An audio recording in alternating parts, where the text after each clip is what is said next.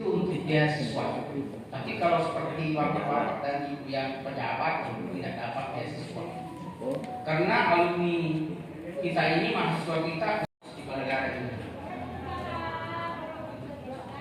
Terus yang beasiswa ini diperuntukkan kepada yang kelebihan kita di sini, yaitu bisa dicicil. Pembayarannya dimulai oleh 150.000 per semester. Uang pembangunan 1.750.000 per semester. Kuliahnya Senin sampai dengan Jumat. Pembayarannya 1.500.000. Ketika berusur pagi 1.500.000 per 6 bulan. S2. Beberapa kepala sekolah kemarin yang selesai. Kalau Pak Rustam, Pak Dumani di NPD, sistem waktu dan perkuliahan. Karena kita sudah lebih 10 tahun ini sudah bekerja, dan saya lihat mahasiswa yang menentukan dosennya adalah Yayasan Nurkanita. Yang menentukan juga gajinya Yayasan Nurkanita. Yang modali juga adalah dosen, mulai dari dosen yang mau diangkat yayasan yang tangani. Karena kita sudah punya MOU, tanda tangan dengan yayasan, yaitu STH dengan STKIP dan Universitas Satria, Universitas Indonesia Timur, dan juga beberapa Nurkanita Sidrap mengelola pendidikan mulai tahun 2009 sampai dengan sekarang.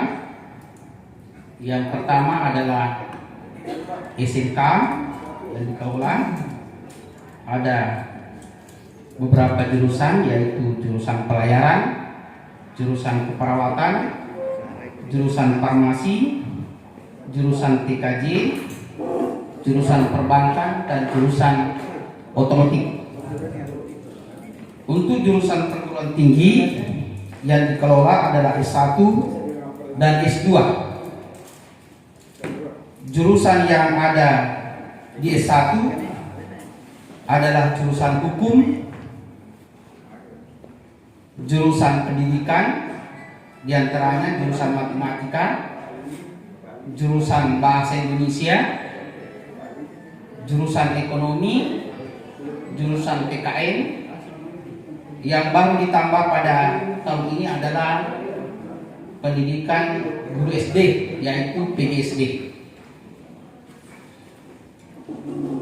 Itu program yang jurusan yang ditawarkan kepada Bapak dan Ibu sekalian, bisa disampaikan kepada para siswa alumni tahun 2022. Yayasan kami mengelola ini kerjasama dengan perguruan tinggi Institut Cokroaminoto.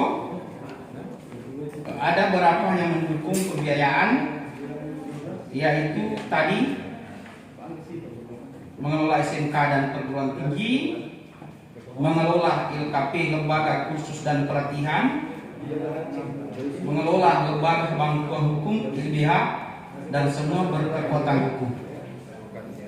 Didukung juga oleh beberapa perusahaan kami, yaitu UD Alik dan beberapa toko yang kita buka di Sidrap.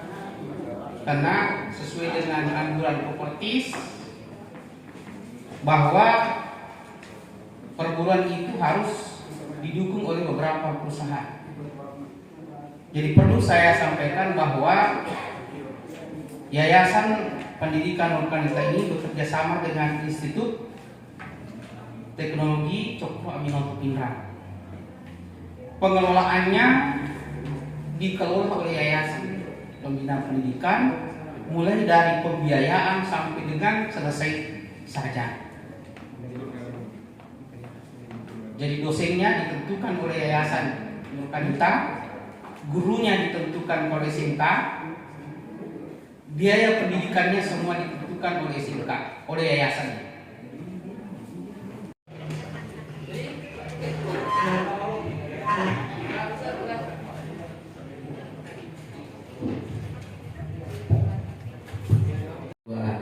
2002 dan juga teman dosen yang saya sangat banggakan. Perlu saya sampaikan kepada Bapak Ketua KKS bahwa program ini kita laksanakan berdasarkan program KKP Institut Teknologi Cokro Aminoto.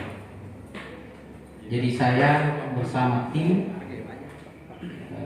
saya sendiri, yang kedua Pak Dr. Jumadi, saya kira sudah tidak asing, yang ketiga Pak Usar Pak Gowan, SH, SE, Imham. Pak Usar ada? Ya. Yang ketiga dosen kami yaitu Pak Edi Basri, Ketua Wartawan Citra Penerang. Yang keempat, saya juga banggakan saudara dari MCTP, kebetulan mahasiswa SPKIT STH Cokro Pindrang, yang bosnya tadi malam saya ini tolong diliputi. Oke, siap, saya di Makassar, tapi nanti saya tunjuk anggota saya ke tempat rapat. Jadi, alhamdulillah 2 orang tim MCTP dan Trans datang pada ini untuk meliput kegiatan kita ini. Untuk mengefisienkan waktu, ini minimator nih.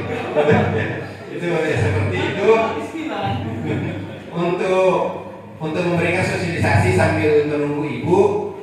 Setelah selesai nanti sosialisasi kita masuk Pak Sekretaris Pendidikan bahwa edaran yang ada kondisinya seperti ini. Saya di Citra mengambil langkah seperti ini. Mohon belum lunas pajaknya. Ya silakan hubungi pengelola pajak yang di depan supaya selesai semua. Kemarin kita terima tentang pelaksanaan ujian sekolah UKK untuk SMK dan begitu pula untuk SMA. Sebentar akan kita bahas ini karena ini memang butuh kebijakan. Karena jadwalnya SMA itu 28 sampai tanggal 2 April dan itu hanya 6 hari. Setelah saya coba bikin jadwal, 6 hari tidak cukup karena mata pelajaran yang diuji. Pelaksanaan ujian sekolah, karena saya kira itu yang penting, pelaksanaan ujian sekolah, karena kalau yang lain-lain semua sudah mengalir apa adanya.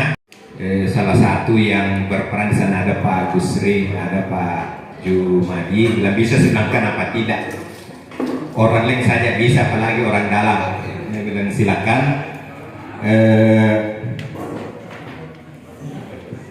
Kemudian ada juga tadi saya lihat Pak Samsul, Kepala Sekolah SMA, SMK Negeri dan Swasta se-Kabupaten Sidrap yang saya hormati. Terkhusus Kepala Sekolah SMA, SMK Negeri dan Swasta se-Kabupaten Sidrap yang saya hormati. Terkhusus laksanakan sosialisasi ini untuk memperkenalkan bahwa STIH dan STKI Cokro Pindrang ini membuka penerimaan mahasiswa baru tahun akademik 2022-2023 dengan jurusan STIH, jurusan hukum, STKIP, jurusan matematika, bahasa Indonesia, ekonomi, bahasa Indonesia, dan PKN. Nah itu tujuan kita melaksanakan supaya para kepala sekolah SMK dan SMA di Kabupaten Sidrap ini bisa mensosialisasikan kepada siswa yang tamat tahun ini supaya mereka bisa mendaftar di kampus kita sesuai dengan minat dan bakatnya yang jurusan yang kami tawarkan. Nah itu yang apa kelebihan dari STIH Cokro? Kelebihan dari STIH Cokro Pindrang ini adalah pertama, tentu beberapa alumni sudah banyak yang bekerja. Terutama kedua juga alumni yang sudah bekerja bisa nanti akan penyesuaian pangkatnya. Terutama yang banyak kuliah di jurusan hukum adalah polisi. Ini banyak yang kita serap, baik dari polisi yang baru tamat maupun polisi yang sudah menjadi pejabat, termasuk Kapolsek ada, juga dari TNI ada, tentara. Nah itu khususnya jurusan hukum. Dari anak-anak kita juga yang masih muda, dari alumni-alumni yang tahun-tahun sebelumnya 2020 2021 banyak yang kuliah sama kita. Kedua, programnya ada kelas reguler, ada kelas pekerja. Dan ketiga, pembayarannya murah sekali, dan cukup 2 jutaan, 1 juta 500 sampai dengan 1.750.000.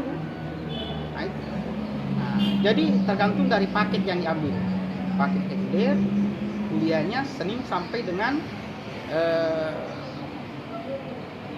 hari Jumat. Ada juga kelas pekerja, itu biasa dilaksanakan di waktu-waktu yang sudah ditentukan oleh dosennya. Target untuk tahun ini penerimaan berapa? Target penerimaan tahun 2022-2023 ini kita menargetkan minimal 3 kelas per jurusan. Kemampuan per kelas itu kurang lebih 25 orang maksimal. Itu target yang kita rencanakan supaya maksimal. Itu target yang kita rencanakan supaya nanti mahasiswa kuliah tidak terlalu padat, dan kita buat 2 kelas, ada kelas online, ada kelas kalau dianggap masih rawat, kita kelas online, kelas jarak jauh melalui Zoom. Itu yang perlu barangkali kita tentang STKIP dan STH. Jadi untuk STKIP jurusan pendidikannya matematika, bahasa Indonesia tadi, ekonomi, dan PKI. Ini khusus anak-anakku yang mau jadi guru SMP dan guru SMA. Kira-kira kalau di ST Cokroaminoto ini Pak, ada berapa jurusan? Yang mana? Di ST Cokroaminoto ada berapa STH jurusan? Cokroaminoto Pinrang itu Pak, jurusannya jurusan hukum. Namanya Sekolah Tinggi Ilmu Hukum. Nah, kalau STKIP ada 4. Tahun ini akan dibuka lagi menjadi 5. Jadi tadi ada 4 jurusan matematika, PKN, ekonomi, bahasa Indonesia. Tahun ini dibuka oleh ketua yayasan, sedang ketua SD KIP Cokroaminoto Pinrang. Nah, ini PGSD, pendidikan guru SD. Ini untuk perguruan kita STH dan STKIP Cokroaminoto Pinrang. Kira-kira harapannya buat adik-adik yang menjelang tamat sekolah ini, Pak? Kira-kira ada harapannya buat adik-adik kita yang sudah tamat SMK nantinya? Iya, alhamdulillah peminat yang setelah kami sosialisasikan ke beberapa sekolah, alhamdulillah banyak peminat. Terutama jurusan-jurusan yang potensial, termasuk jurusan hukum, jurusan pendidikan. Nah, itu banyak peminatnya. Mudah-mudahan apa yang menjadi minat dan bakatnya anak sekalian nanti yang akan lanjut tahun ini bisa tersalur sesuai dengan bakatnya. Jadi hanya saya minta pesan kepada masyarakat, kepada semua alumni yang tamat tahun ini, kalau bisa pilihlah jurusan sesuai dengan bakatnya dan minatnya. Jangan dipilih jurusan sesuai dengan bakatnya dan minatnya temannya. Artinya jangan ikut-ikutan. Karena saya lihat perkembangan sekarang banyak anak-anak itu yang lanjut kuliah ikut hanya kepada temannya yang bagusnya sesuai dengan bakatnya. Kalau bakatnya di bidang hukum, ambil jurusan hukum. Kalau bakatnya di bidang matematika, ambil matematika. Kalau bakatnya di bidang komputer, masyarakat, kepada semua alumni yang tamat tahun ini, kalau bisa pilihlah jurusan sesuai dengan bakatnya dan minatnya. Jangan dipilih jurusan sesuai dengan bakatnya dan minatnya temannya. Artinya jangan ikut-ikutan. Karena saya lihat perkembangan sekarang banyak anak-anak itu yang lanjut kuliah ikut hanya kepada temannya yang bagusnya sesuai dengan bakatnya.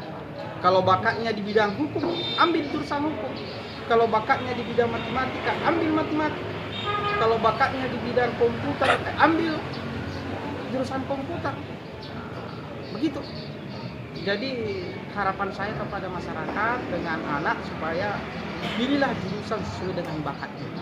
Di perguruan tinggi lain bisa